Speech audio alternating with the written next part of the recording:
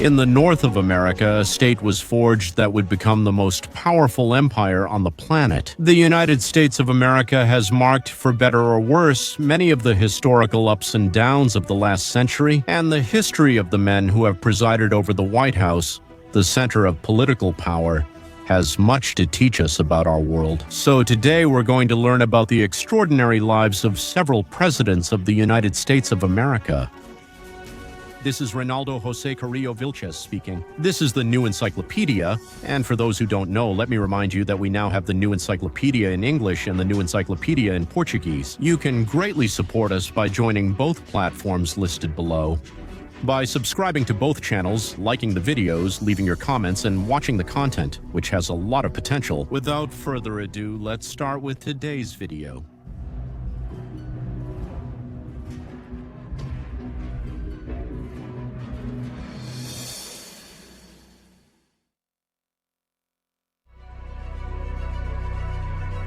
Ronald Wilson Reagan was born on February 6, 1911 in Illinois to Nell Clay Wilson, a diligent woman of Scottish Protestant heritage, and of Jack Reagan, a salesman with alcoholism problems of Irish Catholic descent. From an early age, the Reagan family moved to various parts of the Midwest in the United States. According to the business ventures of the patriarch Jack Reagan, they eventually settled in Dixon, Illinois, where they lived on the upper floor of a company store. Ronald Reagan's primary and secondary education went relatively unnoticed, but he stood out for his skills in sports and theater. In addition, he worked as a lifeguard at Lowell Park, rescuing 77 people. After this, he attends Eureka College and earns a double major in economics and sociology, but with mediocre grades. At college, he stands out in non-academic areas as a member of the swimming and football teams, and because of his eloquence, he is elected president of the Student Center. After graduating college in 1932, he devoted himself to local radio broadcasting. As an announcer for the Chicago Cubs, he also narrated the baseball games. On one of his trips with the Chicago Cubs to California, Reagan auditioned for some movie roles, landing a 7-year contract with Warner Brothers Studio. He spent the first part of his acting career in numerous low-budget films. By the early 1940s, Reagan was already earning almost $3,000 a week for his acting work and was emerging as a potential movie star. In April of 1942, he was called to serve in the military, but since Reagan suffered from severe myopia, he was excluded from serving outside the country. So he was assigned to a port as a liaison and then transferred to the Air Force Public Relations Office. A large part of Reagan's military service was spent making films to promote the American war effort. He was discharged as a captain in 1945. As an actor, Reagan skillfully navigated Hollywood and became president of the Actors Guild. He would be re-elected 6 times in a row. From 1947 to 1959 as a union leader, he carried out the implementation of the union laws imposed by the federal government. He settles disputes. His work stands out during the era of the Hollywood blacklist, a hiring policy that denied jobs and contracts to actors, writers, directors, and musicians if they were linked to or supported communism. On this last point, we should highlight that Reagan was even an informant for the FBI, to whom he provided the names and addresses of members of the Actors Guild, and they were suspected of being involved in communist activities. For his part, Ronald Reagan was married twice, and his first marriage was to the actress Jane Wyman, with whom he had 2 daughters, Maureen and Christine. They also adopted a boy named Michael. Due to disagreements between Ronald's political ambitions, they divorced in 1949. By the time Reagan arrived at the White House, he would be the first divorced president in history. Ronald's second wife was Nancy Davis, whom he met in 1949 after getting divorced and while serving as president of the Actors Union. They got married in Los Angeles in 1952 and had 2 children, Patty and Ronald. Ronald and Nancy Reagan had a close, intimate relationship and showed their affection publicly.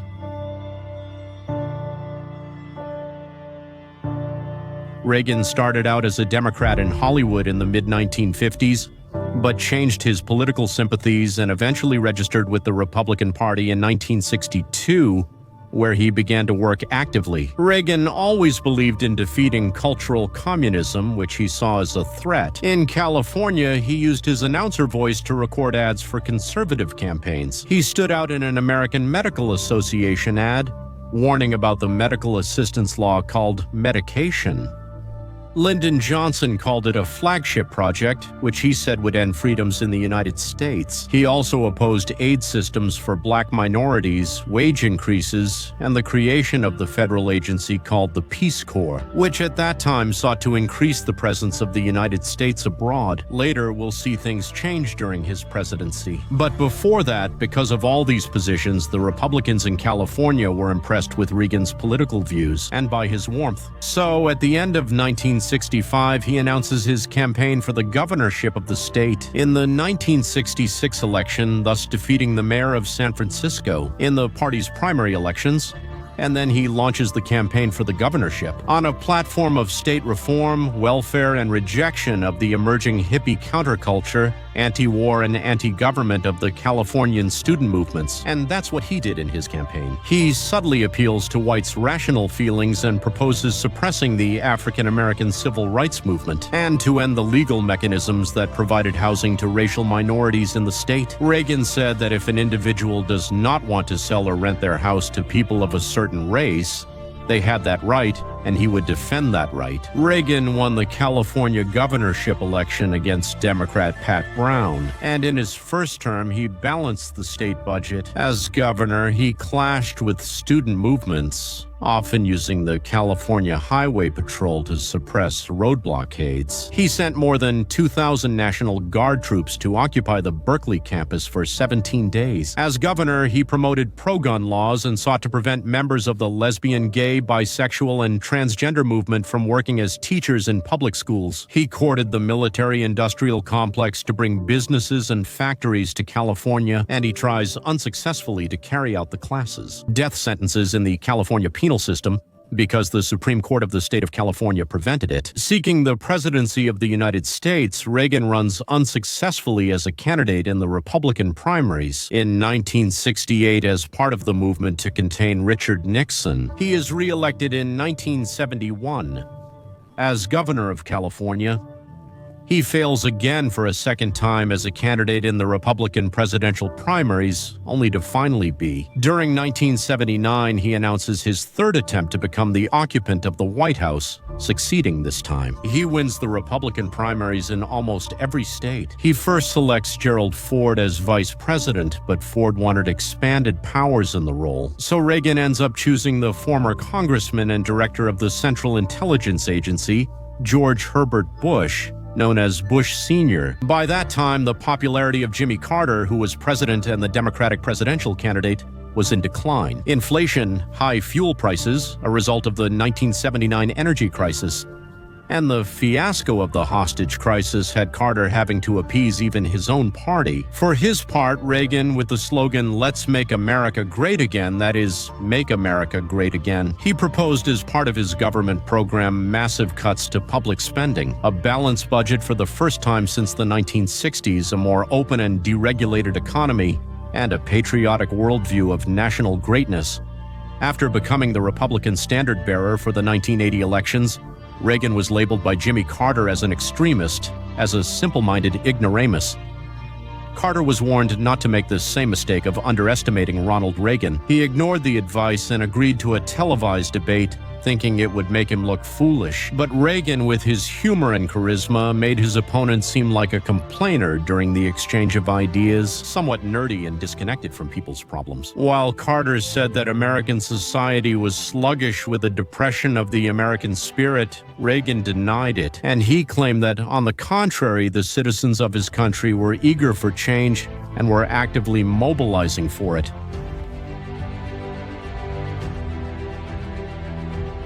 With double-digit inflation, soaring unemployment, and a debt-ridden state, The citizens chose Ronald Reagan as president in 1980. With an overwhelming majority, Reagan won 489 electoral college votes compared to Carter's 49. Jimmy Carter's defeat was the worst electoral performance by a president since 1932. At 69 years old, Reagan would be the oldest president to occupy the White House up to that point, a record later broken by Donald Trump.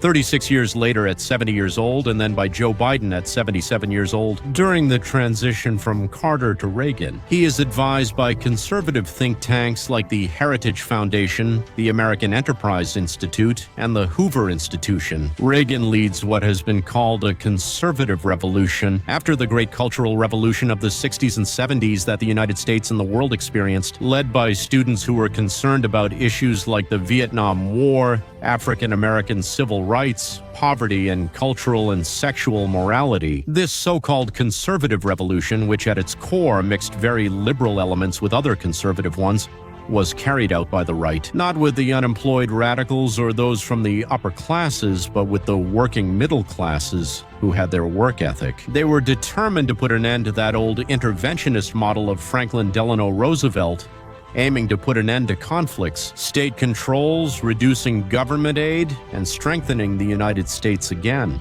in the world. At a time when Republicans were culturally perceived as country club elitists, Reagan, with his rhetoric, swept the Democrats electorally with a middle-class vote. Americans used to choose Republicans when they wanted calm and to keep things the way they were. But with Reagan, they went to the polls in favor of change, opposed to liberalism and the significant cultural changes happening in the country. In 1980, the Republicans also won the Senate for the first time since 1952. Later, they would regain the House of Representatives in 1994 and in 1996, consecutively for the first time since the 1920s. And how did they do all this? About the legacy of Ronald Reagan. As president, Reagan focused on defense policy, the military industry, and the presence of the United States on a global level.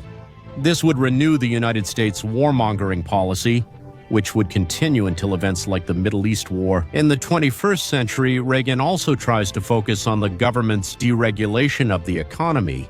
He cuts government spending in nearly every cabinet department.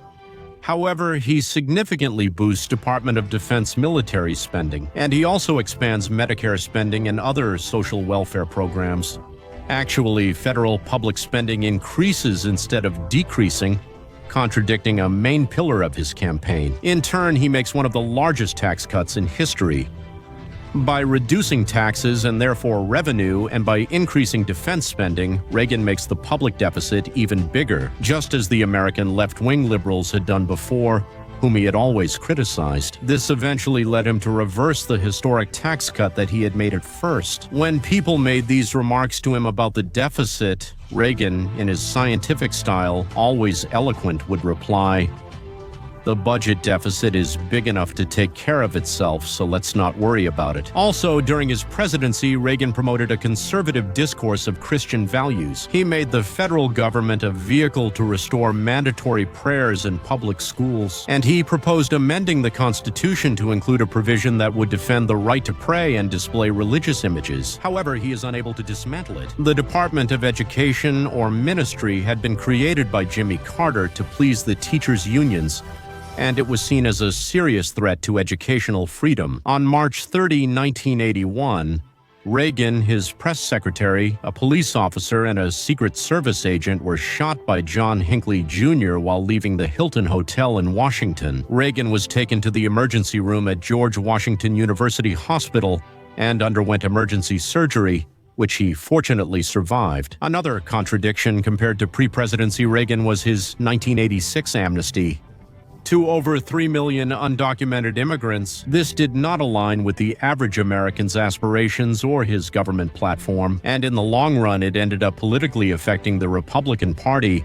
As a proponent of economic liberalism, cutting policies were his trademark. In addition to what we've already discussed about public spending, he freezes the minimum wage, deregulates the financial system, cuts federal assistance by 60%, and reduces the housing budget by 50%. His economic management over 2 terms drew both criticism and praise from some. In the end, his policies only benefited big companies, paralyzed social mobility, and had also managed to triple the country's public debt. Others praised him for ending United States stagflation and boosting gross domestic product growth during his term. In 1921, Reagan is re-elected president with another landslide victory. On the other hand, Reagan promotes a war on drugs policy, and he declares that the growing crack epidemic in the cities could be fought by punishing addicts and small dealers with minimum sentences, thus creating a huge prison problem that still exists today. Not to mention that the problem of drug addiction has only gotten worse throughout the country since then. In the international sphere, Reagan and his aides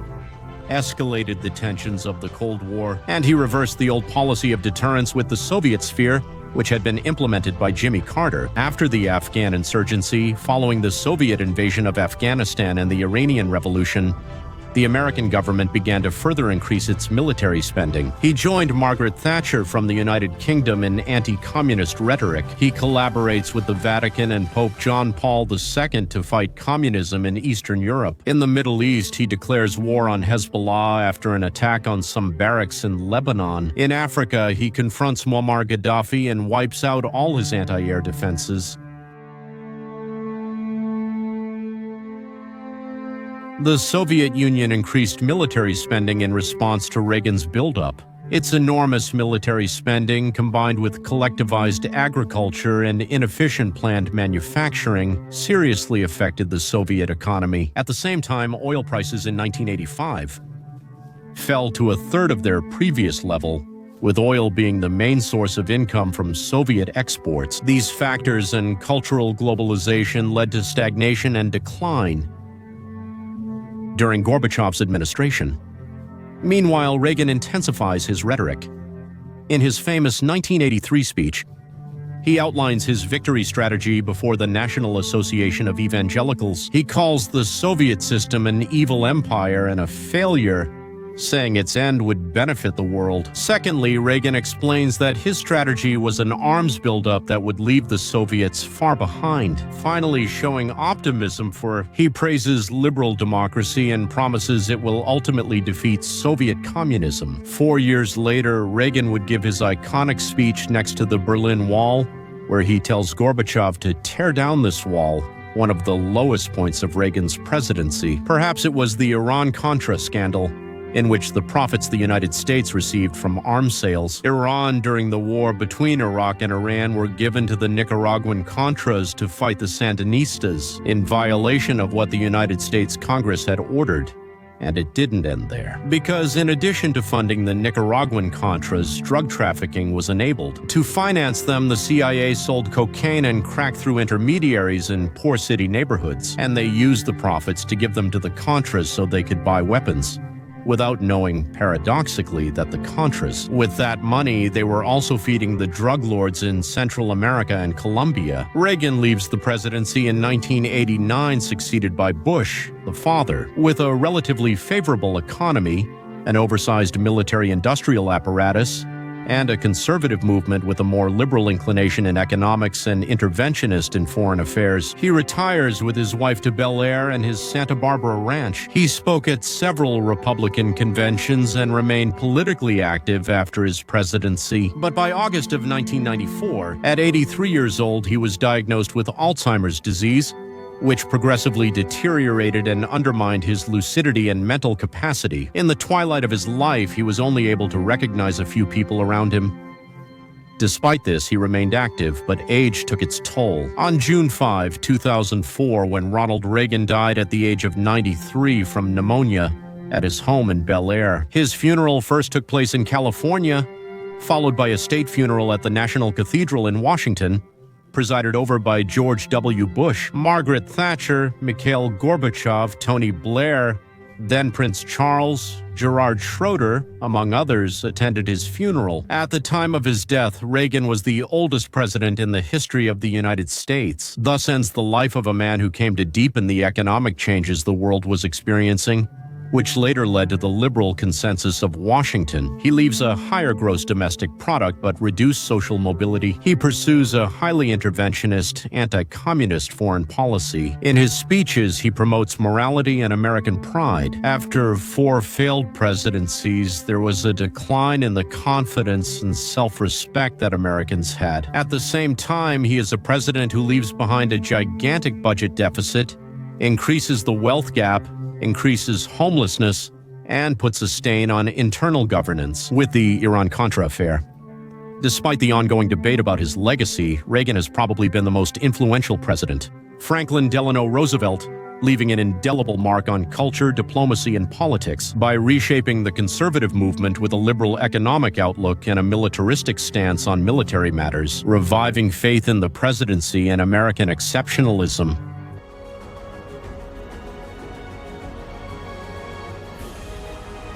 Kennedy was born in Massachusetts on May 29, 1917.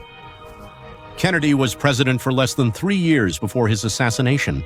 Only 5 presidencies have been shorter than his. Kennedy had a charisma, candor, and demeanor that became deeply rooted in the hearts of many Americans. He seemed to embody the hopes of an entire young, idealistic generation of his time. After his traumatic passing, the sense of loss, mourning, and pain was deeply felt in American society. Furthermore, after him, a series of presidencies followed that only intensified Americans' distrust of their government. This must be added to the harsh shock. Having nearly witnessed the president of the world's leading power being assassinated live in a society known for its strong trust in institutions and public safety. The popular belief about what happened after Kennedy's death is that he was some sort of independent and anti-establishment president, and the series of failed governments and policy mistakes that changed American society in the late 20th century would not have happened if Kennedy had not died that November morning in Dallas. However, numerous studies cast doubt on this belief. John Fitzgerald Kennedy was the son of a prominent Irish Catholic financier. Originally from Boston, Kennedy was the first Catholic president. A key fact in American history influenced his election and how he presented himself. Before the elites who held power, mostly Anglo-Saxon Protestants, Kennedy presented himself as the option of the new generations of children of immigrants who grew up in the United States with their values, beliefs, and attitudes. After his parents arrived from all over the world in search of the American dream, Kennedy had to deal with certain prejudices regarding his religion. In the 1960 campaign, when he had to say that he was not the Democrats' Catholic candidate, but the Democrats' presidential candidate who happened to be Catholic, by being the first member of the so-called immigrant community to become president, he became a role model for others, like Barack Obama. The father of John Joseph Kennedy was a man who amassed great fortunes with numerous investments and businesses, favored by their high position in the Democratic Party, consolidating his role as both legislator and capital estimator, alongside organized crime in the United States. In 1934, he is one of the main financiers of Franklin Delano Roosevelt's campaign. Roosevelt wins over financier Joseph Kennedy by appointing him chairman of the Securities and Exchange Commission, aiming to regulate the financial market. To prevent another crash like 1929, Roosevelt, despite criticism, admits he chose Joseph Kennedy for the job precisely because of his connections with organized crime. They would let the government understand how that dark world works. For being the best fundraiser for campaign contributions for the Democrats, Kennedy's father was appointed United States ambassador to the United Kingdom. In the midst of the pre-war era, when Neville Chamberlain's pacifist policy with Germany was at its peak, from there, Kennedy absorbed massive sympathies with the Germans based on his view of the Jewish question and the disdain for the European banking class. All of this changes when Churchill was elected. Kennedy Sr. is removed from the embassy and separated from power by Roosevelt. In response to this, Joseph Kennedy, who was used to being close to power, tries to get close to it again. His family's great mission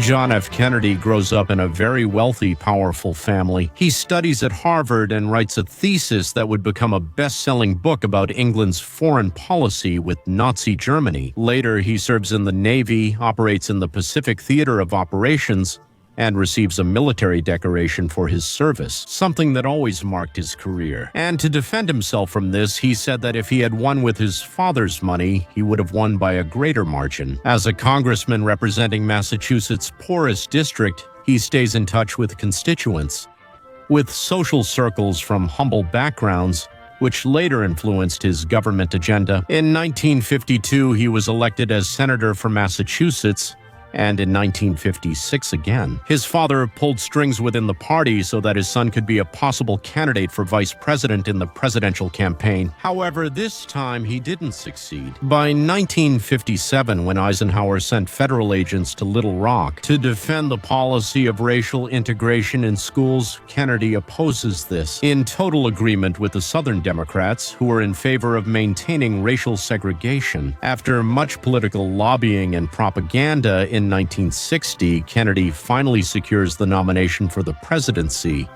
But this followed a lack of major legislative achievements. He didn't push for any law that gained approval. He wasn't part of any key committee, wasn't a legislative leader, and lacked a strong voting record with his party. At the time when Joseph McCarthy led the investigations against communism, Kennedy was the only Democratic legislator who did not oppose that persecution of communists. Out of fear of offending the sensitivities of Irish immigrants, who were very anti-communist and supported McCarthyism, John Kennedy was perceived as a mediocre congressman, at best average, a young elitist, with his father's money as his calling card. His academic studies at Harvard or his military career mattered little. In fact, Kennedy admits that because of his upbringing, he didn't really identify with the ideologies of the Democrats. Like with the usual mechanics of the political game, his father taught him how to gain power, but not how to use it. And that's something that, as a man, he had to learn on the go. With very good advisors and friends in the press, his image became so favorable nationwide that it led to his victory. A famous debate against Nixon when, in terms of speech, Kennedy really had little to offer. Kennedy reached the presidency with a narrow margin. Amid rumors of fraud, Kennedy proposed to govern based on a progressive program that started changing from the very beginning.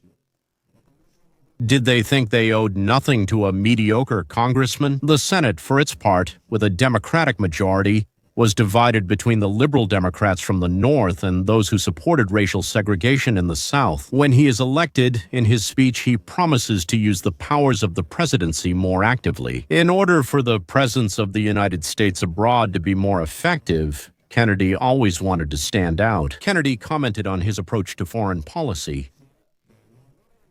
Internal errors might harm your party, but foreign policy mistakes could destroy everyone. Soon after taking office, he faces his first international crisis, a war in Laos inherited from his predecessor, Kennedy. Though his rhetoric suggested otherwise, he supported a neutral government in Laos since France and Great Britain would not back him. But his major diplomatic crisis arises with communist Cuba under Fidel Castro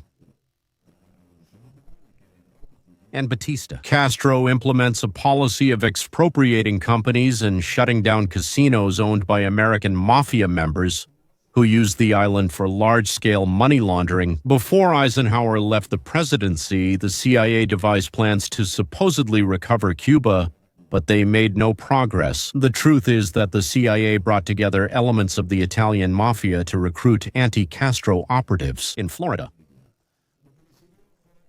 The Playa Girón fiasco, also known as the Bay of Pigs invasion, a failed operation in which paramilitary troops of Cuban exiles tried to invade Cuba, only to fail, in under 65 hours disastrously. During the invasion, several of the military reinforcements promised by the United States did not arrive. Additionally, documents suggest Castro had already received multiple warnings from the CIA about the impending attack, responsibility for the military operation. And surprisingly, his approval rating in the polls went up a lot, despite the resounding failure. Well, he was perceived as a president with a tough stance against communism, about Kennedy, the anti-communism.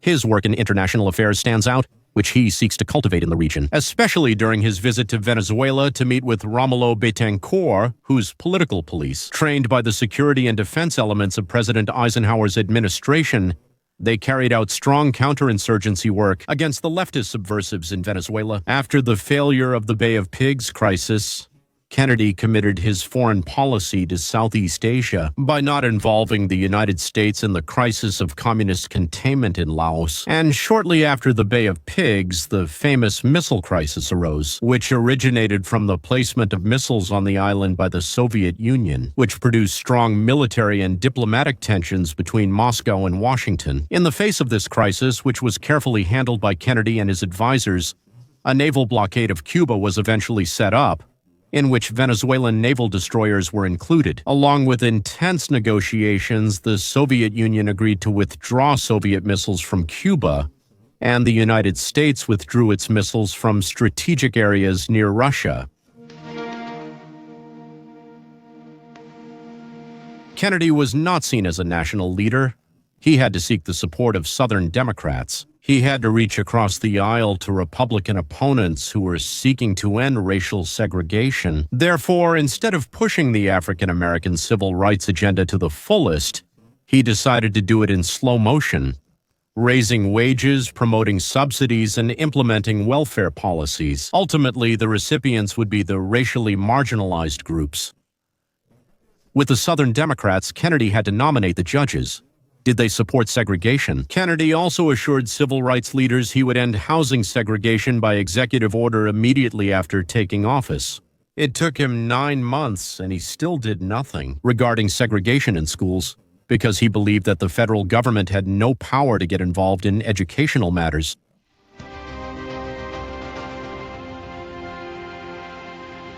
Kennedy was a man who was very prone to getting sick. Throughout his life, he always had some kind of ailment, the most notable being Addison's disease of the adrenal glands. That was what gave his skin that rosy tone and made him look swollen all the time. When he was diagnosed in 1946, doctors gave him only a year to live. On that occasion and another illness, 1954. He even receives last rites expecting death. On the other hand, it was said that Kennedy was as promiscuous with medicines as he was with women. This brings us to another part of his life. Although Kennedy and his advisors and others cultivated the public perception that he was a devoted family man, Kennedy was a man who loved to flirt with women everywhere. And that affected his decision-making power since, while in office, it made the Secret Service have to focus on covering up his affairs. Kennedy's libido was obvious. Even Prime Minister Harold Macmillan says he confessed that going over 3 days without sex gave him headaches. For example, Kennedy had extramarital relations with Marilyn Monroe after meeting her in 1962, a relationship remembered for her famous song, "Happy Birthday, Mr. President." He also had affairs with other important women, secretaries. This worried the intelligence agencies, who saw these matters as issues that his opponents could use to blackmail him. As we've mentioned, in order to have stability in national governance, Kennedy had to make many compromises. Part of these involved appeasing the rival factions of the Southern Democrats, who were strongly opposed to civil rights reform. That's why in September 1963, Kennedy ordered his advisors to arrange a meeting with the governor of Texas, John Connally, along with other congressmen, all with the aim of facilitating fundraising for his presidential re-election, as well as for the regional Democratic candidates. On November 22, 1963, Kennedy and his wife and the entourage land at Dallas Love Field in a presidential motorcade through Dallas. Kennedy, Governor Connally, and their wives ride in a 1961 four-door Lincoln Continental. plaza waving to everyone. The First Lady of Texas, Nellie Connolly, tells Kennedy that the warm reception was a sign that he was very much appreciated in that state. Kennedy replies yes, saying it was clear they appreciated him. He didn't know it, but those would be his last words. On the way to the Stemmons Freeway, as they passed by the Texas School Book Depository, a series of shots hit Kennedy in the neck and head and also seriously wound Governor Connolly and a bystander standing on the sidewalk. Kennedy is taken to Parkland Hospital, where his death is declared. The president of the world's top power was assassinated. In broad daylight, surrounded by his Secret Service, the country was in shock. A man named Abraham Zapruder was in the crowd during the attack and filmed the parade with his 8mm camera. He wasn't the only one filming that day, but he captured the clearest images of the attack. From this event, the strange subsequent events began surrounding the investigations. Many theories have emerged about who pulled the trigger, where the shots came from, and who were the perpetrators of this traumatic event. Once Lyndon Johnson, his vice president, assumes the presidency, he orders an investigation by the Warren Commission to examine the facts of the shooting, including a frame-by-frame review of the Zapruder recording. Because of what happened later and what came to light in the following decades, many assume that the CIA director Dulles was in charge of completely manipulating the results of this committee. Additionally, it has recently been revealed that alleged internal sources from the CIA claim that this organization participated in this supposed conspiracy against Kennedy. Moreover, in the 1990s, a law was passed that required all confidential documents about this case to be revealed by 2017. However, both Donald Trump and Joe Biden, when it came time to publish all the documents, have only released some partial documents. The Warren Committee and the narratives of other official bodies. They found as the alleged culprit the former Marine, Lee Harvey Oswald, who was arrested in a movie theater that same day after killing a police officer, and being seen leaving the school book depository where a rifle had been found and from where it is said the shots came from. In addition, he was accused of being the only one involved, but just 2 days later, an attack. Before he could testify in court, Lee Harvey Oswald was murdered, very suspiciously, by a man named Jack Ruby. This was the starting point of all the disbelief about the official version, but there are many other things that don't fit into the official story. It's believed there were over 3 bullets and multiple shooters, as the official version states, since the third bullet, which supposedly went through Kennedy and exited his body, was found completely intact, which led some to believe that this bullet was planted there to cover up the others. Another reason for controversy is that the official investigations never took into account the testimonies of people who said they saw smoke and gunfire from a grassy knoll, nor was the testimony of the gunshot victim standing on the sidewalk taken into account. Regardless of whether others besides Lee Harvey Oswald were involved, the public narrative collapses that this was simply the act of a mentally disturbed man who in a moment of madness shot the president. To this oddity, we must add the existence of a second recording of the attack from another angle by a man named Orville Nix. The recording was sold to the press, and a second copy went to the FBI. There, it supposedly showed the shooter was on a grassy knoll with bushes. However, the government confiscated the recording, and Nix claims that when they returned it, parts of the tape had been removed. In addition, the authorities failed to investigate the serious security lapses along the caravan's route on the part of the Secret Service, the FBI, and the Department of Defense. Another of the many reasons for suspicion was the time window in which the shots were fired.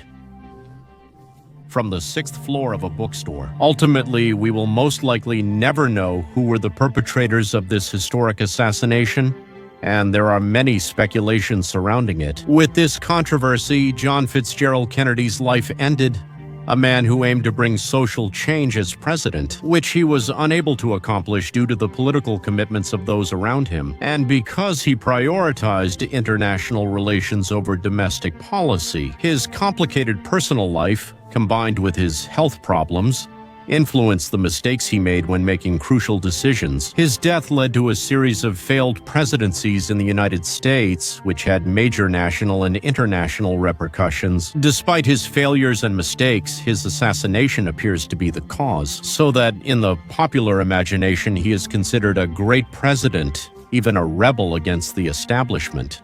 Despite having come from a powerful Democratic family,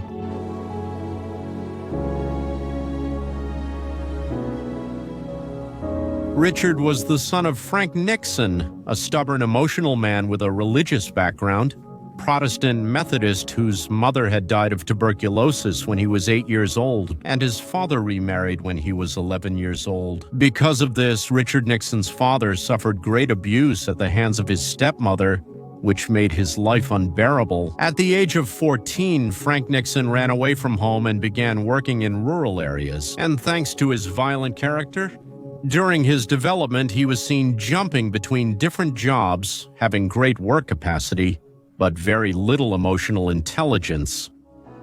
On the other hand, Richard Nixon's mother is named Hannah Milhouse, a calm, measured woman, not very emotional, and from a religious community known as the Quakers. Hannah and Frank met at a Valentine's Day party and started dating.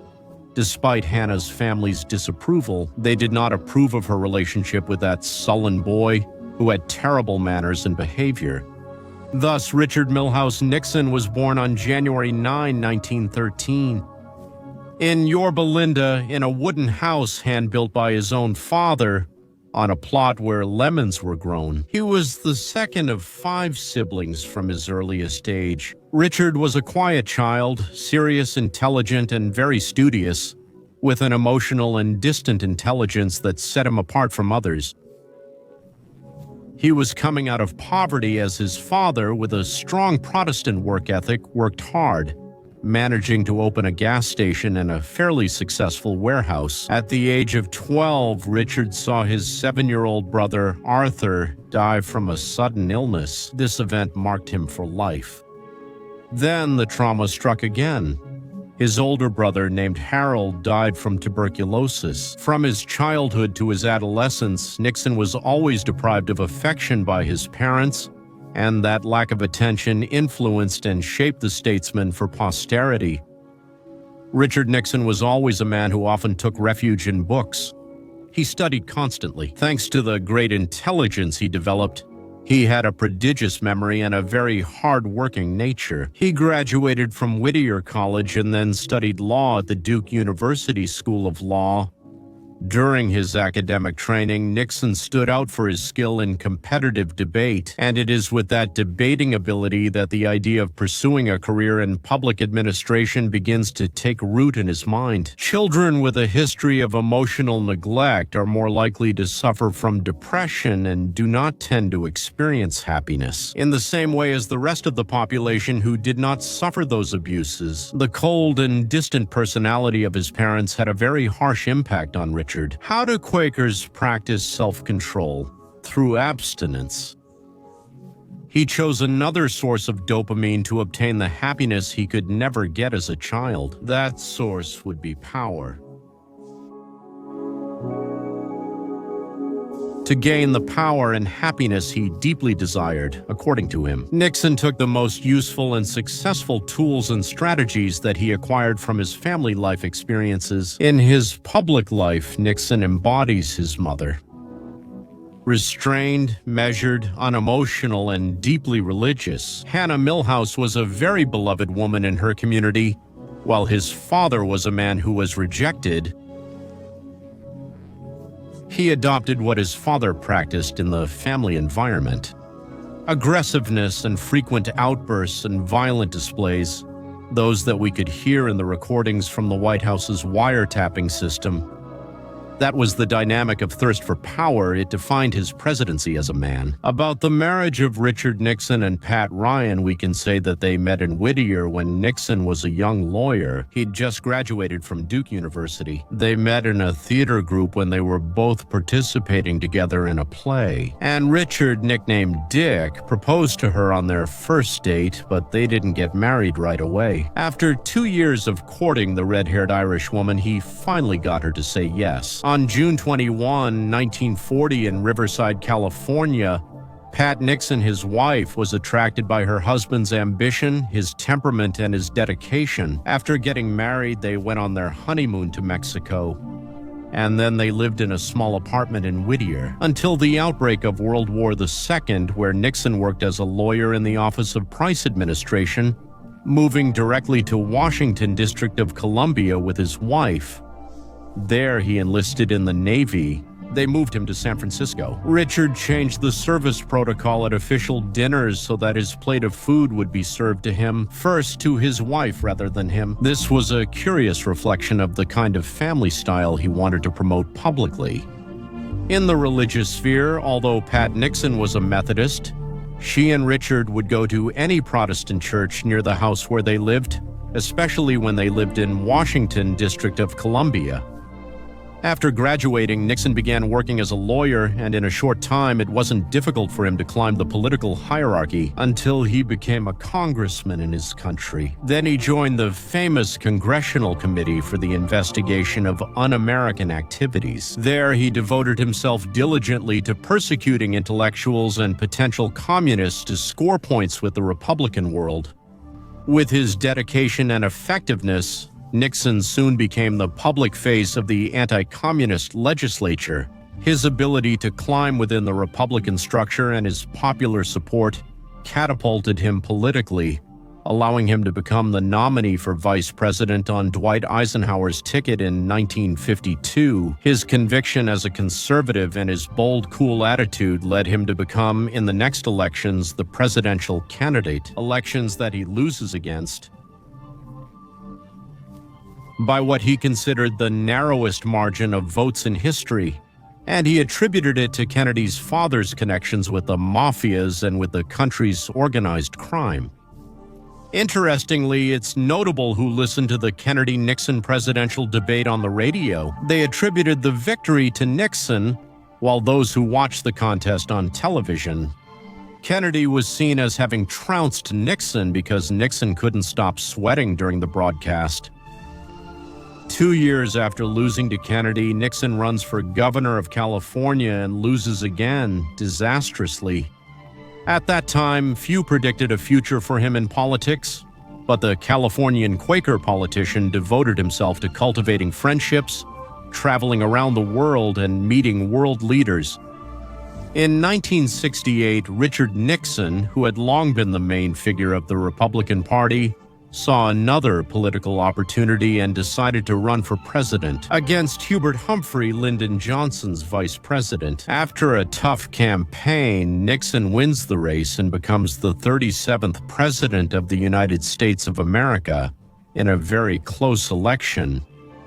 This would begin a series of national policies with worldwide repercussions, which would forever define the role of the United States as an economic and military power on the international stage. In 1971, he announced the decision to end the United States' participation in the gold standard, that is, the system that set the value of money based on its backing in gold, thus ending the convertibility of the currency and putting an end to the Bretton Woods system.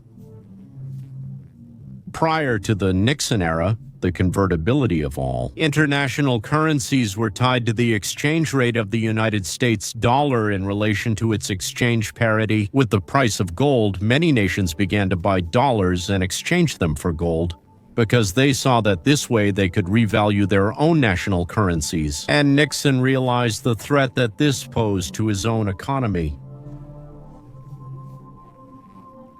and the dollar.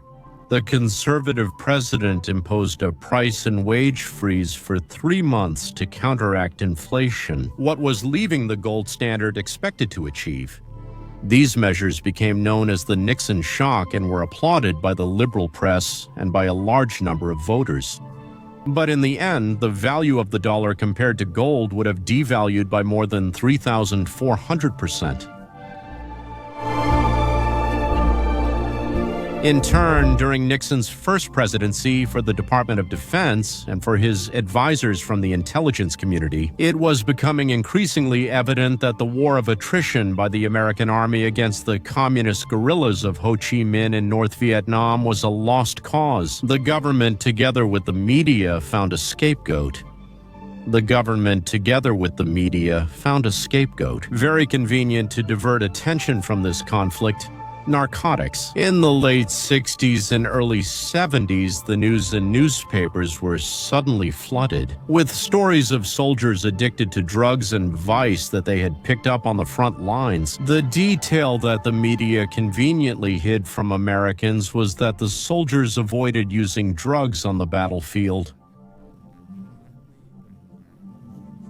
A month later, 2 congressmen visited Vietnam to see a few wounded soldiers with their own eyes. Addicted to heroin? In June 1971, Richard Nixon declared that America's #1 public enemy is drug abuse, and that launching an offensive against drugs was necessary. A $3 trillion war since its inception, which seems lost when we see that drug use hasn't stopped.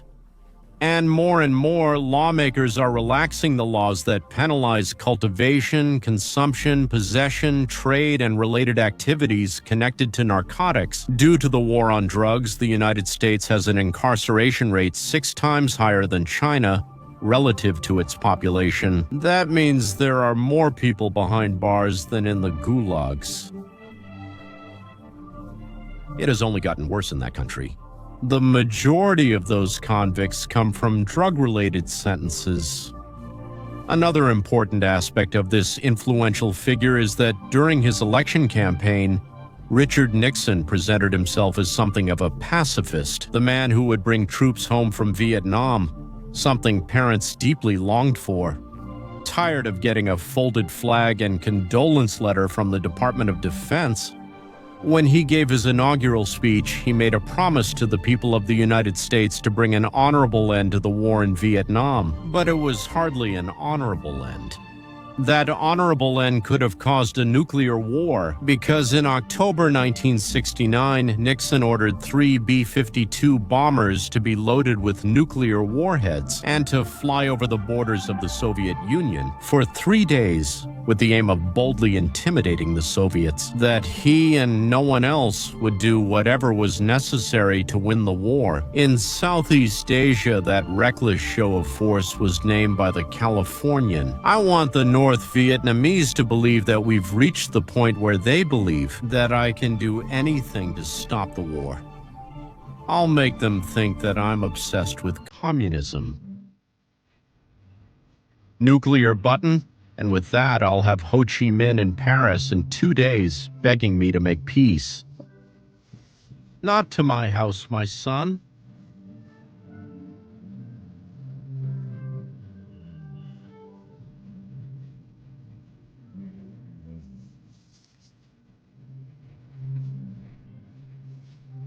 But to his sons. I'm not going because I don't want anyone to see.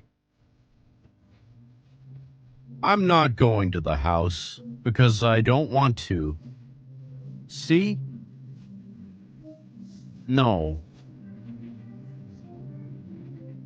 I know. In my mouth, it's a message. Don't put it in. It says not for the baby.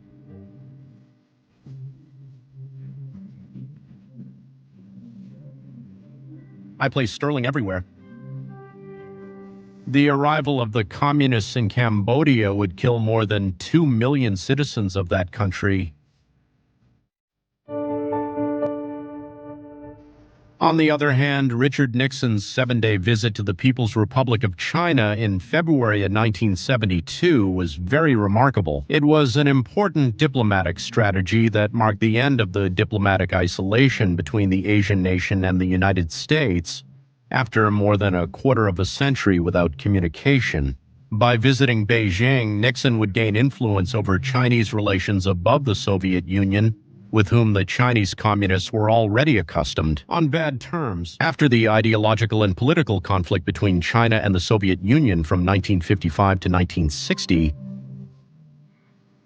On that trip, Nixon met Mao Zedong, who was ill and elderly, and Zhou Enlai, who accompanied him to the Great Wall, Hangzhou, and Shanghai. The legacy of that visit is the Shanghai Communique, a bilateral foreign policy statement that reflects geopolitical views which remain one of the foundations of the relationship between China and the United States to this day. As an additional result, the Chinese agreed to resolve the Taiwan issue peacefully. Nixon's recognition of the People's Republic of China was perhaps another great shock for many of his more orthodox Republican supporters, who saw in this move by the Californian Quaker, who had risen to power precisely by standing out for his fervent anti-communism, a kind of liberal apostasy.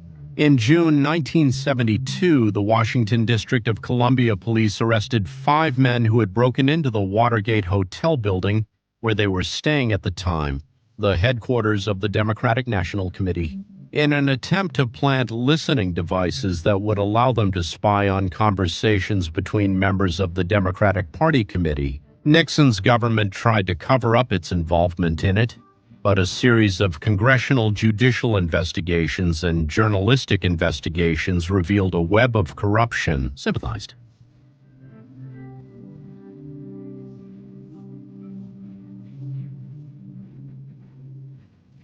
The government tried to cover up its involvement, but the sympathized web of corruption tried involvement.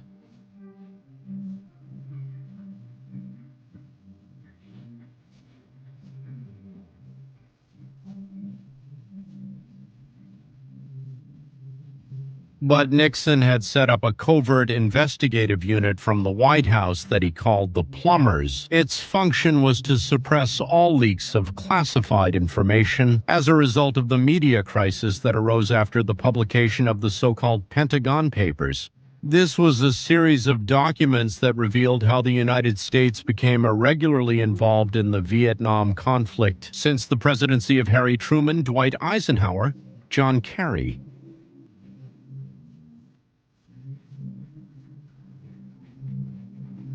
It was a series of documents that revealed how the United States became involved in the conflict.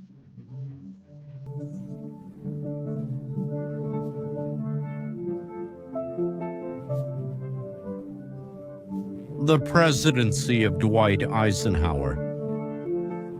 After Gerald Ford became president in 1974, he granted a presidential pardon to Richard Nixon for his crimes committed against the United States. In 1975, Nixon was practically financially ruined, living beyond his means in his luxurious house in California at the expense of his political benefactors. It wasn't until a series of famous interviews with David Frost, a well-known showbiz and entertainment interviewer,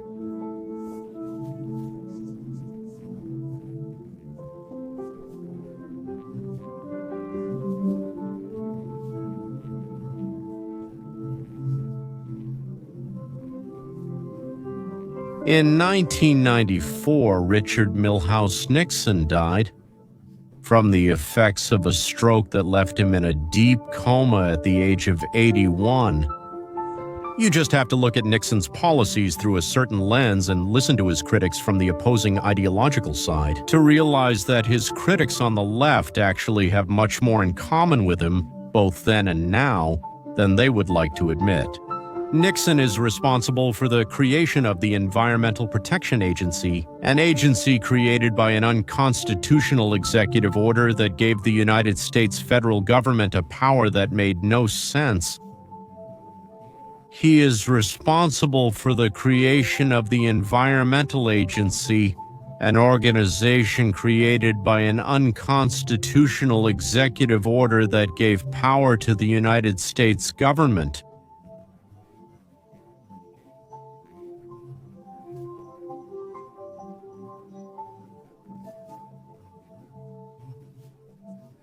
A power the Environmental Agency, created by an unconstitutional executive order, granted to the United States government, a power it previously lacked.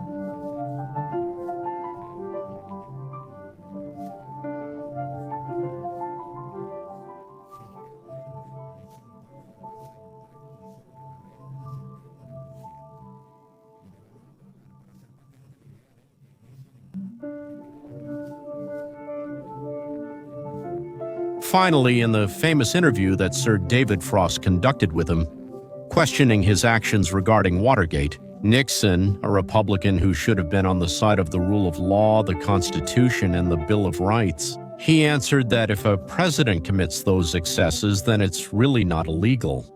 Be that as it may, the legacy of Richard Nixon in the history of the United States and the world is undeniable. He was a celebrated and despised president. It was his administration that even today continues to have consequences in geopolitics and the development of global conflicts, from relations with China to the way the scourge of drugs is dealt with inside and outside the United States, to nuclear disarmament policy, even to the eternal resentments of the global left, which made the only president from California the prototype object of their rejection. His policies remain controversial. Thank you all very much for watching this video. I hope you liked it. And I remind you that below you can get the new encyclopedia in English or Portuguese. Like all the videos on those channels, share them with your friends, check out the material that's really worth it, and, well, subscribe to both platforms. Thank you all very much, and may God bless you.